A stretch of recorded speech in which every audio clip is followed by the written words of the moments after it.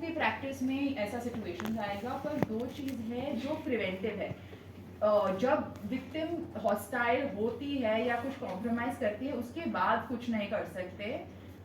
May be आप एक बार कोशिश कर सकते हैं कि रीच आउट करके क्या कोई धमकी दे रहा है, क्या आप कोर्ट को बताना चाहते हैं कि ये धमकी आ रहा है, वो थोड़ा कोशिश कर सकते हैं। पर जब विक्टिम उसका माइंड मेड अप है कि मैं हॉस्टाइल टर्न करूंगी, कुछ नहीं कर सकते। पर दो प्रिवेंटिव मेजर्स है जो सभी केस में करना ही पड़ेगा, जो ये है कॉम्पनसेशन और विटनेस प्रोटेक्शन। और ये केस टू केस पे डिपेंड होगा। सेक्सुअल वायलेंस केस में और एट्रोसिटीज एक्ट केस में, पॉक्सो केस में कॉम्पनसेशन मैंडेटरी है, कॉम्पनसेशन मिलेगा। हम बहुत सारे केस में किए हैं और थोड़ा पोर्शन कॉम्पनसेशन एफआईआर के बाद ही मिल सकता है। एक विक्टिम इनिशियल कॉम्पनसेशन रूल्स है ना कुछ ऐसा, उसमें हाँ 200 करोड़ के फंड भी आते हैं। हाँ आई कैन, और ईच अलग-अलग स्टेट में फंड है एक CBFC central victim compensation scheme है। पर मैंने सुना है कि बहुत डिस्ट्रिक्ट्स में वो फंड अलॉट नहीं, वर्क बहुत कम परसेंटेज में होते हैं क्योंकि कहीं से नहीं मिलता, और इसमें 10,000 to 10 lakh rupees initial stage पे दिलवा सकते हैं हम लोग, लेकिन ये बहुत ही कम है। पर आप मिलता नहीं है या क्या प्रॉब्लम है, या रिजेक्ट करते हैं? फर्स्ट अमाउंट तो मिल जाता है, फिर सेकंड नहीं, अमाउंट हाइलाइटेड केस होते हैं उसमें तुरंत मिल जाते हैं। हाँ। हाइलाइटेड केस जैसा भी दुमका में हुआ था वो हाँ। एक तो 10 लाख तुरंत मिल गए और थे। इसका एक बेनिफिट वो विक्टिम कॉम्पनसेशन फंड से या गवर्नमेंट नहीं, की तरफ से है? गवर्नमेंट वो अलग है। हाँ। हाँ। गवर्नमेंट की तरफ से।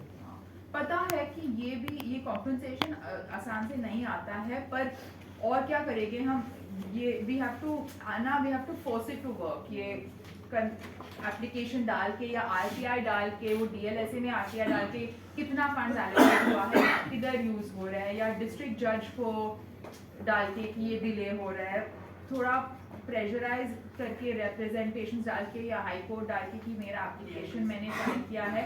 और यूजुअली ये फैमिली को एक्चुअल नीड है, ये पैसे का एक्चुअल नीड है, क्योंकि वो बयान आने के लिए या कोर्ट आने के लिए ये सब में उसका काम भी जाता है, और जनरली ये राइट है और उसके नीड है। तो कॉम्पनसेशन एक्चुअली बहुत हेल्प कर सकता है, क्योंकि उसका वल्नरेबिलिटी थोड़ा आसान हो जाता है उसका लाइफ। और जब लोग इतने पैसे ऑफर कर रहे इतने, वो क्यों नहीं लेंगे ना, नॉर्मल सर्कमस्टेंसेस में क्यों नहीं लेंगे। तो कॉम्पनसेशन मिलेगा, मिलने के बाद ये थोड़ा हिम्मत भी हॉस्टाइल नहीं होंगे। हाँ। और दूसरा है कि मैम कुछ क्रिटिकल पॉइंट पड़ा दिया इन्वेस्टिगेशन ऑफिसर ने यूपी गवर्नमेंट में, हाँ। कि जब तक वो रिपोर्ट जो इसका इन्वेस्टिगेशन ऑफिसर है वो समाज कल्याण को नहीं भेजेगा, तब तक वो उसका जो कंपनसेशन का जारी नहीं होगा। लेकिन वो जो सेक्शन होता है उसको फेर बदल करके उसकी जो कंपनसेशन 8 लाख 5 लाख 4 लाख का है, फेर बदल करके उसमें कम कर देता है। तो वो वही जारी करेगा जो रिपोर्ट आएगी। रिपोर्ट आना, आपने कहा चार्जशीट या वही जो चार्जशीट वो जाएगा, जो चार्जशीट में तो आप कह रहे हैं कि सिर्फ चार्जशीट फाइल करने के बाद चार्जशीट के समय एक अलग से रिपोर्ट भेजता है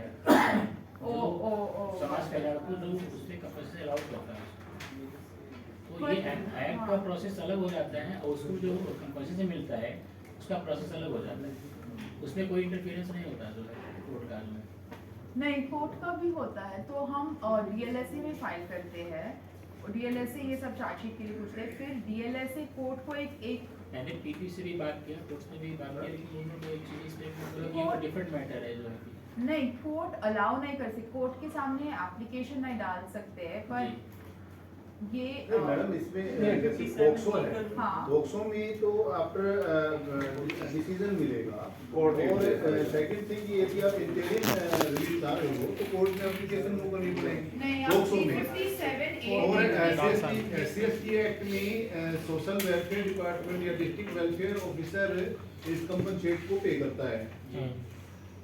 मैं कह रही हूँ कि आप 357A जी है जी, विक्टिम कॉम्पनसेशन जी। स्कीम, उसके बाद एवरी स्टेट गवर्नमेंट तो डीएलएसए को देना पड़ेगा। जैसे after interim direction for the court, उसके बाद ये पे करता है इंटरिम में, ये डायरेक्ट तो BLC ही करेगा।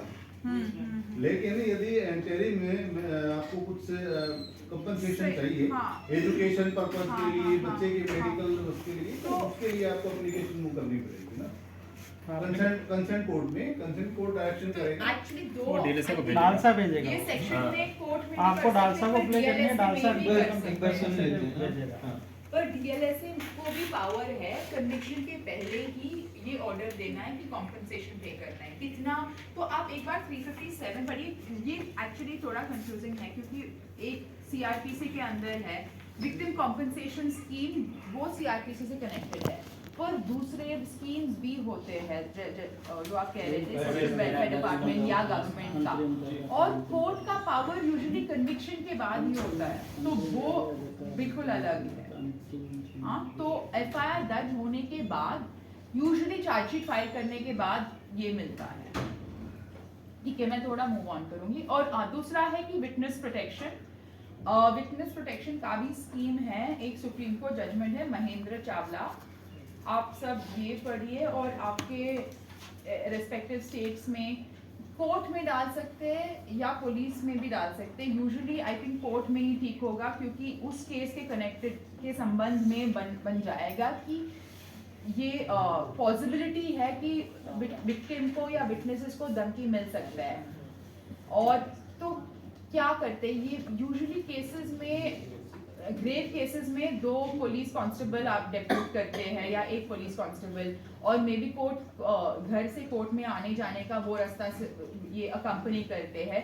पर ये छोटी छोटी चीज़ें भी थोड़ा मैसेज सेंड करती है जो अक्यूज है कि कोई इसका सुपरवाइज कर रहा है, इसको पता है कि ये खतरे में है। हाँ, तो कुछ हुआ तो उसके ऊपर ही आएगा, तो ये थोड़ा ऐसा हेल्प करता है।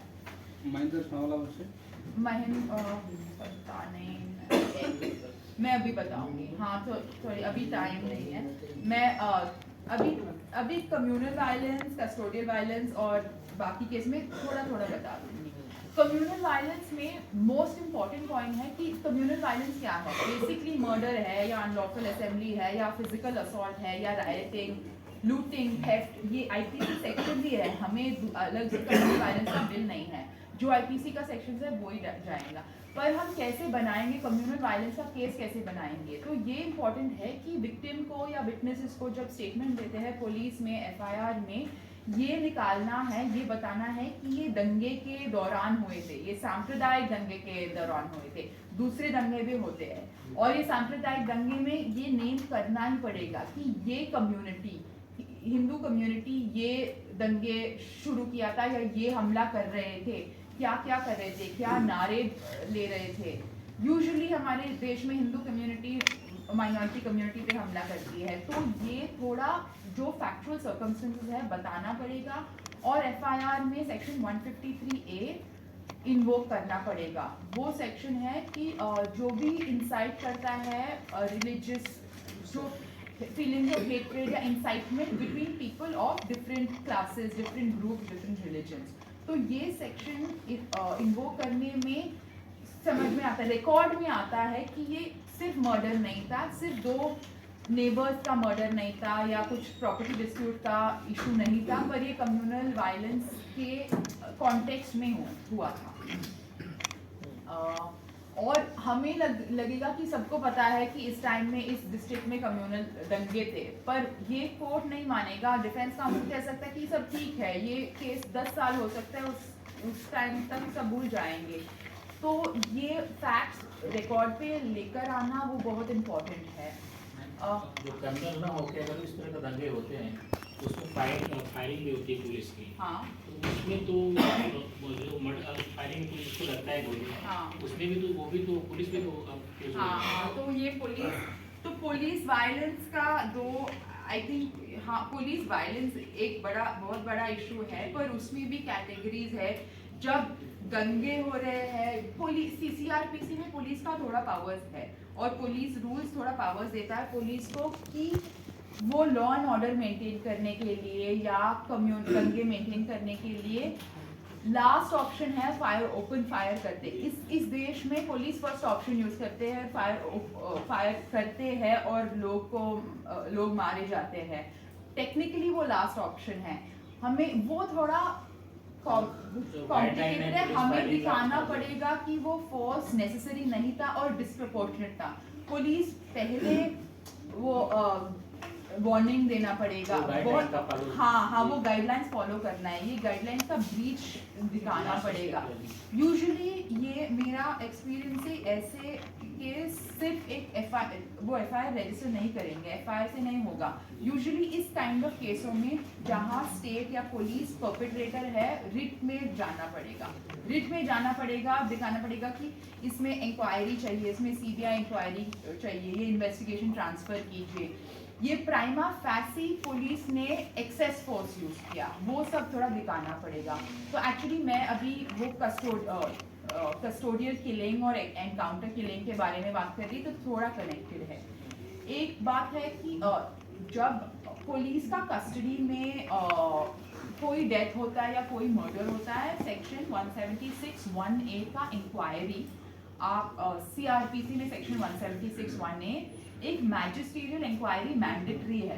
पुलिस ये inquiry is to ascertain the cause of death, तो ये मौत की वजह क्या थी उसमें इंक्वायरी करना मैंडेटरी है। और ये इंक्वायरी रिपोर्ट बहुत यूज़फुल होता है जब हम कोशिश करते हैं कि पुलिस के खिलाफ एफआईआर रजिस्टर करें या ट्रायल में, क्योंकि ये इसमें पुलिस का यूजुअल डिफेंस है कि जब पुलिस कस्टडी या जेल में गए, वो नेचुरल कॉजेज, उसको हार्ट अटैक मिला, ये सब हुआ।